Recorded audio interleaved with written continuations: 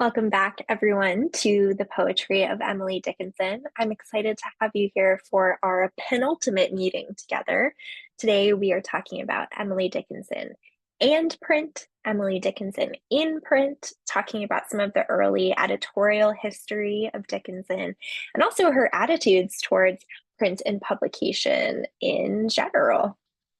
So let me pull up our PowerPoint for the day and we can jump in. Okay, so today's guiding questions are: what challenges were Dickinson's early editors faced with? And what was Dickinson's attitude towards publication? So Dickinson didn't publish any poetry under her name during her lifetime, but that doesn't mean she wasn't encouraged to do so. Her letters with Thomas Wentworth Higginson in particular talk a lot about wondering what publication might look like. And ultimately, she decided against it. And when she died in 1886, Emily's family discovered almost 2,000 poems that they didn't even know the existence of. I think Emily sent the highest number of poems to Susan, but that was under maybe 300. And so nobody knew the vastness of Dickinson's body of work until her death. So Emily left Lavinia, her sister, with directions to burn her correspondences, her letters, which was pretty typical. But she didn't say anything about what to do with all of these poems. So Lavinia decided that they needed to be published, and Susan was right on board with that. She went ahead and started transcribing Dickinson's poetry. But Vinnie thought it was taking too long, and so she handed over the work to Mabel Loomis Todd, who you can see pictured in the top left-hand corner of this four square of portraits, right next to Lavinia. Mabel Loomis Todd was the long-term, or was having a long-term affair with Austin, Emily's brother and Susan's husband. And then Thomas Wentworth Higginson, who, as we know, was a friend of Dickinson's. These two took charge of publishing Dickinson's poetry. The first of 3 volumes edited by them appeared in 1890. And as the century turned to the 20th century, Martha Dickinson Bianchi and Millicent Todd Bingham, both daughters of early editors of Dickinson's poetry, kept her poetry popular and her literary biography popular through several publications during the first half of the 20th century. Now, I've been using the phrase Dickinson's poetry, saying that these editors, Mabel Loomis Todd and Thomas Wentworth Higginson, published her poetry. But the poetry that we find in these early editions doesn't really look like the poetry that Emily Dickinson wrote in her fascicles, those little books that she put together and sewed together of her poems, and also just the loose pieces of paper that had poems on them, the envelope poems. The poems in Poems by Emily Dickinson have titles added. The lineation, punctuation, word choice, capitalization, and syntax are changed throughout to match conventions of the late 19th century. And the poems are organized based on theme in each of these 3 volumes of the series: life, love, nature, time, and eternity. Another thing that happens in this editorial process is censoring and erasure of references to Susan. Either as one of Dickinson's first editors, she gave advice in the letters that Susan and Dickinson exchanged, and then also began the process of transcribing Dickinson's poetry. And there's been some speculation by scholars that this erasure may have been because of Mabel Loomis Todd's relationship to Austin, Susan's marriage to Austin, but all of that is speculation. We don't really know, but this adds to those questions that we were asking last week about how can we know about the relationship between Emily and Susan, and adds kind of an added layer of intentional censoring and erasure really early on. But they might not have done these things for vindictive, malicious reasons. There are a few reasons why they could have changed Dickinson's poetry. First, just misreading her manuscript. Dickinson's dashes, which are one of the quintessentially Dickinson formal elements that doesn't really appear in the Todd and Higginson edition, sometimes look like other punctuation in her manuscript. Sometimes they're low down on a line, and so they kind of look like a period or a comma. There might have been an intention to avoid some sort of spectacle because of perhaps Susan and Emily's relationship. But most especially, Dickinson's poetry wasn't really like the poetry that people were reading in the mid to late 19th century. I have three examples that I'll show you briefly of popular poems throughout the 19th century that continued to be popular, and popular poets who continued to be popular in this late 19th, turn of the 20th century period. Obviously, they're not exhaustive, but think about some 19th century American poets that you really like and whether Emily's poetry is similar or different to those. So first, Henry Wadsworth Longfellow, who's perhaps one of the most popular 19th century American poets. These are the opening lines to Evangeline from 1847. This is a long narrative poem, so already pretty different from Dickinson, right? And we can see just looking at it on a page, the lines are much longer. And that's because Longfellow is using a different metrical pattern. Longfellow was known for borrowing meter from the classical past, from Greek poetry in particular, and he does that in Evangeline as well. So I'll read these lines so you can kind of get a feel, a sense for this other way of writing poetry, and I'll do that for the two other examples as well. This is the forest primeval, the murmuring pines and the hemlocks, bearded with moss and in garments green, indistinct in the twilight, stand like druids of eld with voices sad and prophetic, stand like harpers hoar with beards that rest on their bosoms. Loud from its rocky caverns, the deep-voiced neighboring ocean speaks, and in accents disconsolate answers the wail of the forest. So you can probably hear, even just in my reading of that the meter is pretty different from the meter that we encounter in Dickinson's poetry, those stressed and unstressed syllables. We've got a lot of natural imagery here, right? But it's very narrative, and there aren't a lot of opportunities for intense interpretation in the way that Dickinson allows, because her sentences are often truncated by a dash. Here we have the first two stanzas of a poem by John Greenleaf Whittier.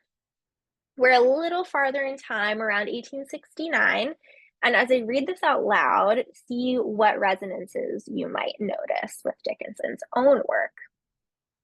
Still sits the schoolhouse by the road, a ragged beggar sleeping. Around it still the sumacs grow, and blackberry vines are creeping. Within the master's desk is seen, deep scarred by raps official, the warping floor, the battered seats, the jackknife's carved initial. So you probably noticed some similarities between the metrical pattern here and the metrical pattern that Dickinson usually uses, ballad meter. I shouldn't say usually, but often uses.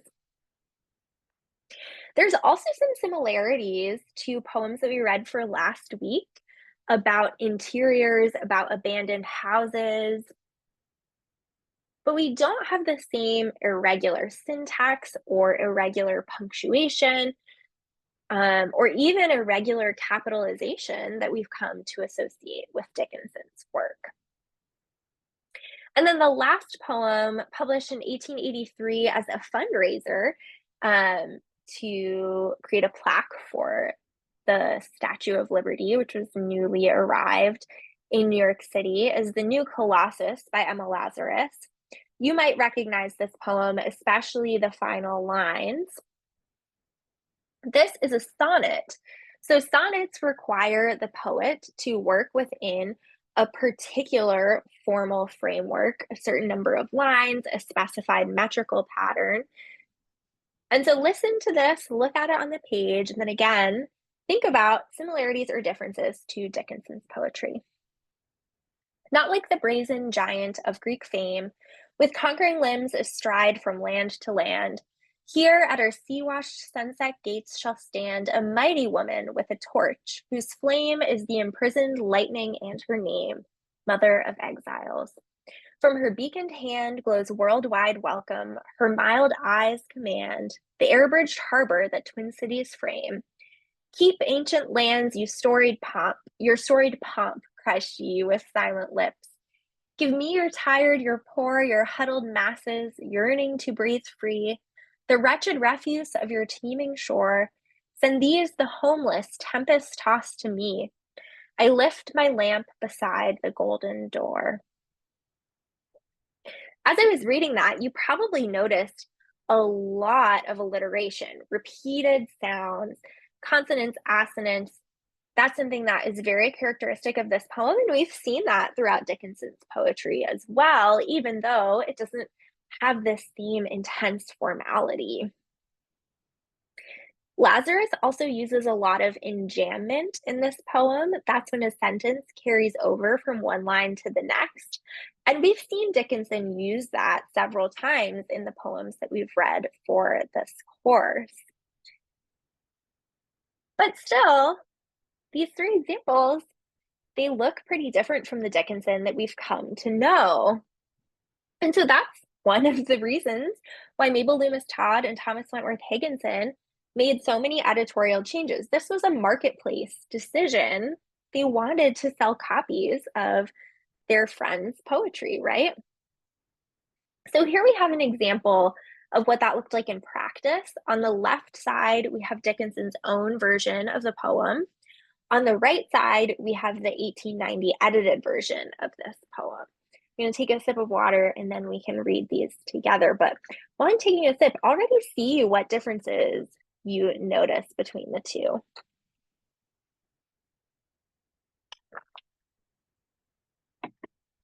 All right, so here's Dickinson.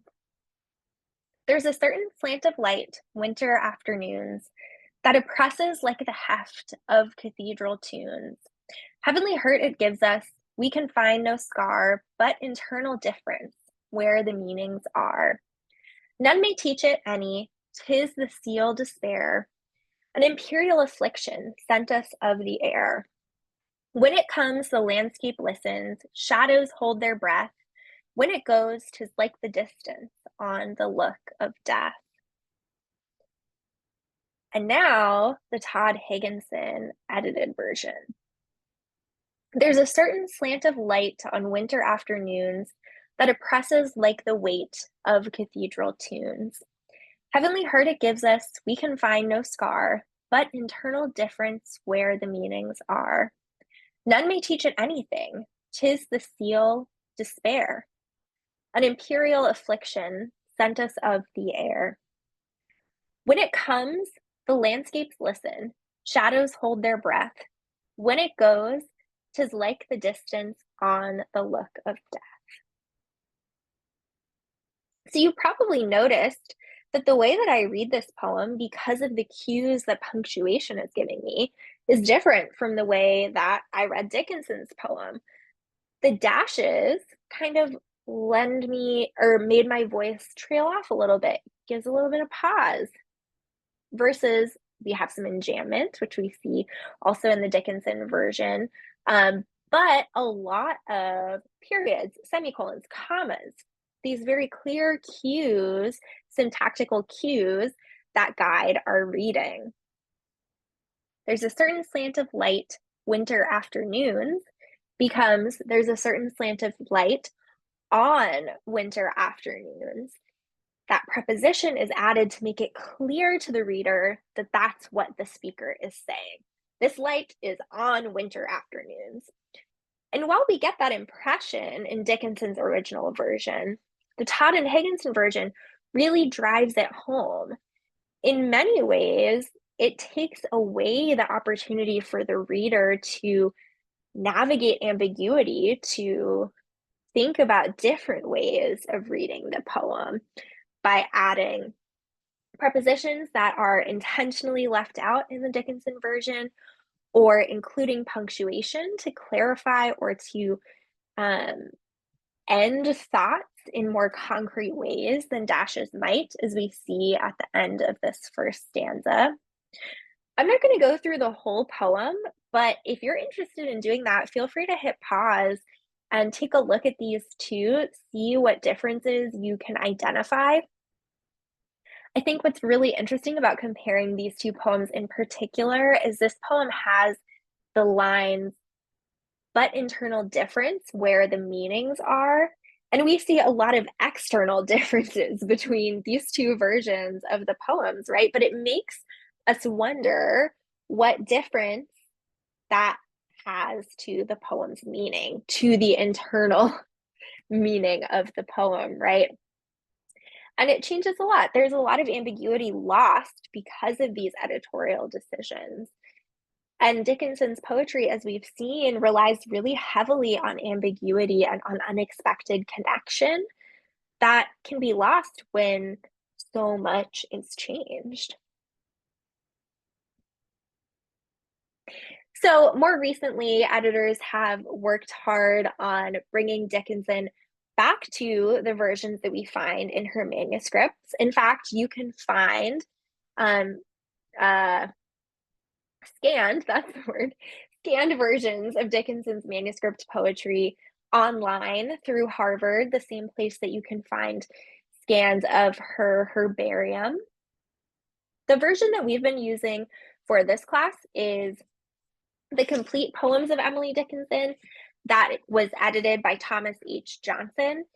More recently, R.W. Franklin has also published a collection or a collected poems of Emily Dickinson edition. Franklin is really updating Johnson, changing some things slightly, but Johnson is still a really good, accessible, edited version of Dickinson that tries to reinscribe all of those lost ambiguities through returning to Dickinson's own writing. Franklin also, in 1981, published the manuscript books of Emily Dickinson, which are facsimile versions of the fascicles, those books that she edited herself and sewed together. And so that's something to look out for. Many scholars have really been working hard to think about how reading Dickinson the way that she intended, thinking about what poems are together in the fascicles, is a really useful way to better understand her poetry. Most recently, in 2016, Christiane Miller, who is one of the preeminent scholars of Dickinson right now, published Emily Dickinson's poems as she preserved them, which is an edited collection of Dickinson that follows the ordering of her poems in their fair copies. So that's a manuscript studies term that basically means the final draft, right? We can tell that a manuscript is a final draft if it's written very neatly. It doesn't have any things crossed out, doesn't have any writing in the margins or anything like that. And we can especially tell that when we have previous versions of that poem in draft form. So these fair copies, these final drafts, in the order that Dickinson put them in, not just her fascicles, but the poems on loose pieces of paper as well, to help us better understand Dickinson's own editorial choices in how she organized and presented her poetry. So those are some things to think about as you're reading Dickinson's poems, whatever edition you're reading them in. Think about this editorial history and what it means that it wasn't until 1955 that the Dickinson of her manuscripts was published widely. So this week we read There's a Certain Slant of Light, which we just looked at briefly together. They Shut Me Up in Prose. The Way I Read a Letter Is This. Publication is The Auction of the Mind. The Poet's Light But Lamps, and Fame is a Fickle Food. So as you're reading these things, think about what Dickinson's attitude may have been towards publication. And really, I should say, think about what the personae in Dickinson's poetry think about publication, right? We can't read these poems necessarily as representative of her own thoughts. And as we've seen, Dickinson often will write poems that have conflicting perspectives on things. So have a read of these if you haven't already. If you have, consider how these might fit in this larger conversation about publication. Something that many of these poems talk about is the literary marketplace, the buying and selling of ideas in print, and the relationship between poetry and prose. So prose, the other style of writing, right? What sort of tensions is Dickinson identifying between these two approaches to communicating thoughts and ideas? We'll be back next week for our last meeting together. We'll talk about where to go from here. I'll provide you with some resources moving forward. And if you are in the Zoom class, we'll have some fun presentations. If you're not in the Zoom class, feel free to tune in and leave some thoughts in the comments about poems that you wish were included in this course next week. All right, that is all I have. I will see you in a week. Bye.